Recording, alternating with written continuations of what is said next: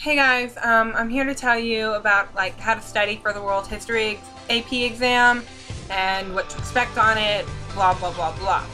I took the exam earlier today and it was a lot easier than I thought it was going to be, but I'm pretty sure I got a lucky test because my third essay question was over the Columbian Exchange and how it affected America, and I chose Europe, but you could have also chosen Africa or Asia. No, Europe. But I got a pretty easy test. It was a lot easier than I thought it was going to be, because I thought it was just going to be heinous because I haven't learned anything all year long. Because it's not like I don't take notes in class or study or anything, but I'm an auditory learner, so I have to hear lectures, and they chose our football coach to be the AP World History teacher. Not a very smart idea. We just sat there and read from the book. But he didn't read from the book. He read from a teacher's shortened edition of the book, so I couldn't keep up. So it was really hard to learn anything. And he gave us reviews before the test that were the test. And I didn't learn anything all year long. By the end of the year, I didn't know that Mesopotamia was the cradle of civilization. Didn't know any of that. So I had to teach myself world history in 2 weeks. I think I did pretty good. First of all, you have to know what kind of learner you are. Auditory, kinesthetic, or visual. Me, like I said before, I'm an auditory learner. So lectures, songs, etc., they help me out. So what I did in my time was I spent most of my time on YouTube looking up songs about ancient Mesopotamia. I found one song, it helped me a lot. It's to the tune of We Didn't Start the Fire by Billy Joel. And what he basically did is he went through the entire history of the world and just kept saying things over and over again, and then I was like, okay, I don't know this or this or this, so I wrote them down and then I googled them. And then I found a song about ancient Mesopotamia, which helped me with like 4 or 5 questions on the test, because it's to the tune of Soulja Boy, and I found myself singing it during the test, because when Mesopotamia came up, I automatically started singing it. But yeah, that's what you do if you're a visual or auditory learner. Auditory. Look up songs, look up lectures, just listen to your music while you're studying, and don't have your music repeating.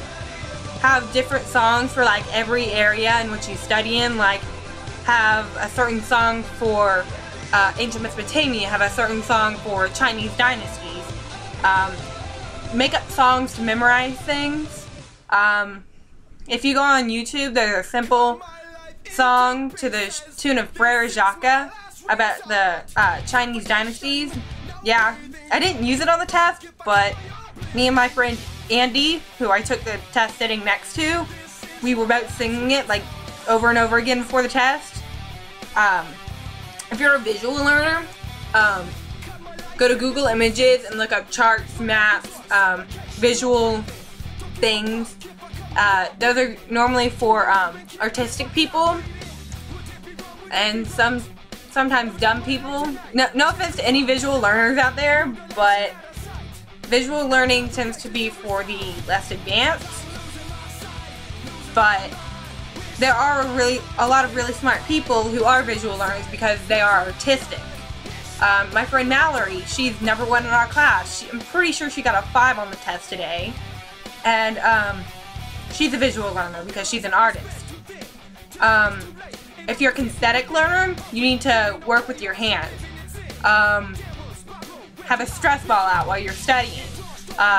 Play-Doh, anything. Those tend to be people who are generally involved in athletics.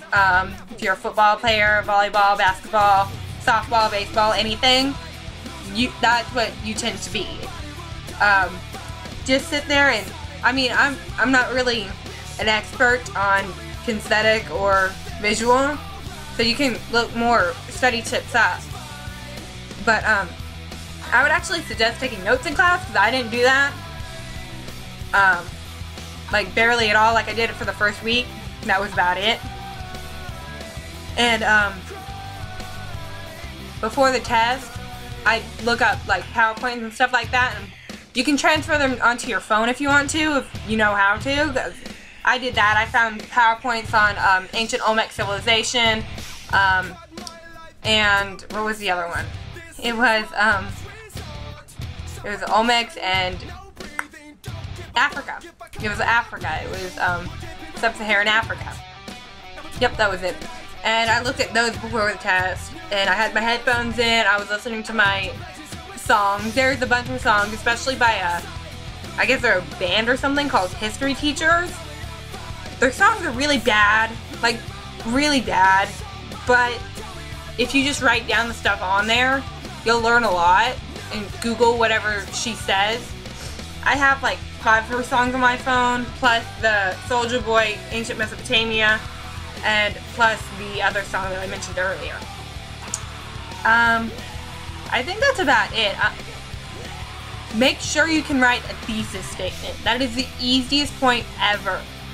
And a thesis statement is not Mesopotamia and Han China were very similar but very different. That's not a thesis statement. You have to include specific examples. On the DBQ, make sure you talk about extra documents that you could use. I almost forgot that on my test earlier today. Like, I was done with all of my exams, and I was just sitting there waiting for the testing to be done, because you're not allowed to leave after it's over. You have to sit there for the required time. Even if everybody's done, you still have to sit there. And then my friend Andy, who was sitting next to me, I saw her checking off things, like out of the corner of my eye, and I was like, there was a list? So then I looked back and I found out that I didn't put that on there, so I wrote down a bunch of crap for the DBQ, just like peasant girl. Always go with the poor peasant girl. Journal of the poor peasant girl. That is always the best, like, choice, especially if you're talking about societies where women were patriarchal. It was patriarchal. That was on the test too. But other than that, there's really not much you can do. Just study about things that you don't know. Take little practice online tests. See which scores you get the lowest on. And study more and more about that. You can find, I think, just Google practice tests. AP World History practice tests. And then a bunch will come up. I found one website where it does it based off my book, which is kind of odd because my book is kind of outdated. But I found it, and I actually learned a lot more that way. Other than that, there's really nothing I can do. Know about Africa. Please, do your research on Africa. There's always an essay question that involves Africa. Almost always, and nobody ever gets it right, because nobody studies Africa. The only thing that I knew happened in Africa was malaria and slave trade. That was it. And then diamonds and gold. That's it. That's what I did for my second question. My second question was about Africa. I didn't do anything. BS my way through that. But other than that, I think that's all. Just study and study and study. Don't wait till last minute like me. Please don't. That's not the way you do it. They say start studying 9 months in advance.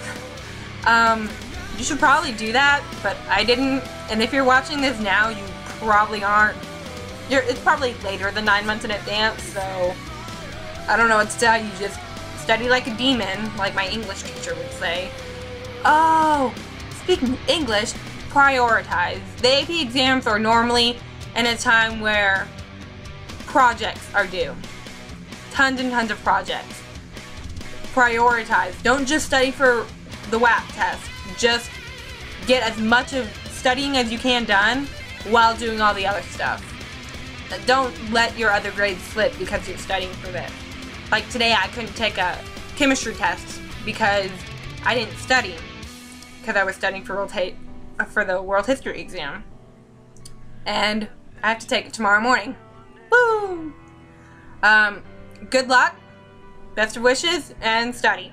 Study, study, study, study. Okay, bye.